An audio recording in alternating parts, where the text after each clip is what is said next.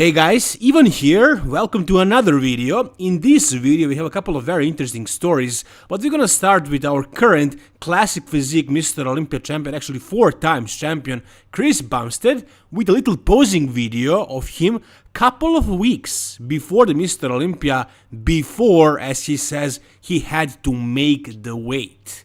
And he adds this suspicious eyes emoji, which is kind of trying to tell us what would I look like if I did the open, if I did not have to make the weight. And here in this video he does look much bigger. Take a look at this, guys. So what do you think if this guy actually decided to do the open, and he actually did say that he wants to try it for fun? Look at him here. Now here he looks much bigger than he looked on the Mr. Olympia stage. Obviously conditioning is not as peeled as it was on the stage, but he still looks very much conditioned. He probably looks as conditioned as most open guys, but he just doesn't have the same look when he's a little bit off with conditioning, especially like in the back. Now I'm not sure how this would look like if he was properly carved up, if he was dehydrated, but yeah, I would say his conditioning does look like the majority of the open. However, based on this video, I don't think he would do that well in the open. Could he win an open show? Hell, I don't know. Maybe some shows. There are a lot of pro shows, a lot of bodybuilders that are not super impressive win pro shows and qualify for the Mr. Olympia. I mean, of course, they look impressive if they qualify for the Mr. Olympia, but I was talking about compared to like the top guys, the top 10 or top 20, because there were like 30-something guys on the Mr. Olympia stage. So the guys from the last call-out, maybe Chris would be able to beat them. Maybe even some of the guys from the third call-out. As far as the first 2 call-outs, I don't think so. Now, as you can see right here, some poses look very good, like this side chest pose. I think he could challenge guys like even Rafael Brandao, who is top 10 in the world right now in the open, but it's only one pose. And sure, Chris would look really good in the lat spread, in the abs and thighs, some other poses like front double as well maybe, but he does lack the size that most open guys actually have. Even like this, even like this when he's like, I don't know, 4 weeks out of Mr. Olympia, where he's not completely dehydrated and depleted and like shredded to the bone as he was on the Mr. Olympia stage. Even like this, a little bit fuller, a little bit bigger, I still don't think he would do that well in the open. But look at the back right here. It's not like the best shadow. He should not have taken this video on this lighting, because it just shows how shallow, how small his back actually is compared to the open guys, of course. Like in classic physique, he's the biggest guy, he's the freakiest guy, but compared to the open guys, you know, he would get dwarfed, really. Here is a very interesting comparison that I found on Instagram, and as you can see right here, especially from the front, the other 2 guys, Hadi Chopin and Derek Lunsford, and these are, of course, the top 2 guys in the open. These are the best bodybuilders, open bodybuilders in the world right now. As you can see, they're kind of dwarfing Chris, with legs, with arms in particular, also with lats, with just overall mass. From behind, from the back, it's, you know, not that much of a difference, but still, it's an obvious difference. Like this guy, Chris Bumstead, couldn't really hang with these guys if he decided to do the open, like open Olympia. But again, he probably could win a little bit lower level pro show, I think so. In order to further prove my point, I'm gonna use this comparison that I found on IG as well. And as you can see, this is Rafael Brandao compared to the Mr. Olympia Hadi Chopin. And Rafael Brandao is a little bit more than just slightly over the weight cap in classic physique. So he would have to really struggle to make the weight in classic. And I think it's pretty much impossible, so that's why he doesn't do it. So he's actually a big guy. I mean, he's top 10 in the world. He was able to beat Ian Valliere, Michal Krizo, guys like Charles Griffin, Patrick Johnson. So he's a proper bodybuilder, but compared to Hadi, he looks very small, right?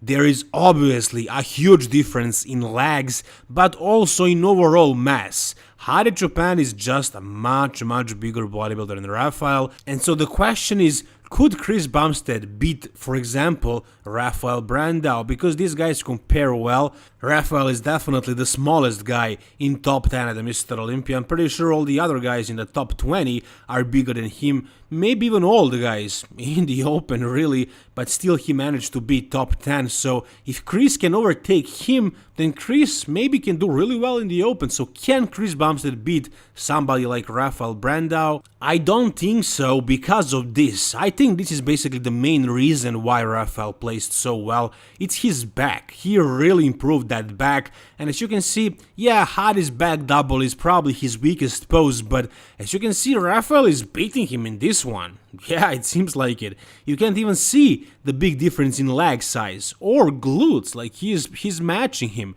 in that area, but he has probably bigger and harder back. Again, Hadi's back double is probably his worst pose, but his back lat spread is definitely not. It's a strong pose for him because he has a lot of muscle in those lats. However, again, Rafael is holding his own against Hadi in this one. So that's why I don't see Chris Bumstead beating somebody like Rafael, because even though he has a really impressive back, he's just not as massive as Rafael. And even though he could be bigger if he didn't diet down too hard, I still don't think he would make top 10 in the Open Mr. Olympia, or even top 20 for that matter. Now, if Chris Bumstead took like 2 or 3 years off and really blasted gear and tried to get as big as possible, then it would probably be a different story. Then we could talk about him potentially cracking the top 10 at the Mr. Olympia in the Open. But right now, the way things are, I don't see that happening. If you guys disagree with me, you can tell me down below in the comment section. Please do so. Tell me whatever you think about this topic. Alright, next story is really interesting. It seems like Terrence Ruffin is actually moving to bodybuilding. I'm guessing 212 bodybuilding. Chris Bumstead, he's just fooling around. He's just saying, just hypothetically, how he would look if he did the Open, because he looks good. 4 weeks out, he looks bigger, much bigger than he looks on stage. So he showed us that video in which he does look very impressive. But here is the post of Terrence Ruffin, which really makes me think, what does this mean? And does this really mean that he's actually switching to bodybuilding? He says, here's a physique update about 4 weeks post-show. Right now, the goal is just to get health markers in a good place over the next 2-ish months while maintaining this body composition. From there, we'll up the training volume and frequency and work on growing as much tissue as possible. Guys, I'm sure you know that Terrence barely made the weight cap. Actually, when they were measuring his weight, he was over his weight limit. He wasn't under the limit, he was not on point, he was over. So they gave him some extra time to make the weight, and he had to do some cardio on an escalator with a bunch of clothes on, and somehow he managed to lose some water and to make the weight. So he's at the limit, at the very limit. And what he wants to do right now is to grow as much tissue as possible. Why? Why would he do that if he doesn't want to do another division like 212? As you can see, right now he's 187 pounds, which is probably somewhere around where he was on a Mr. Olympia stage in Classic Physique.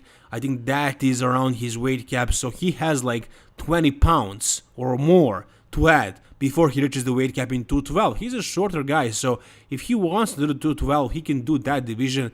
Does this mean that he's going to make a transition? In the comment section, somebody asked him this question: where are you looking to put on the new tissue?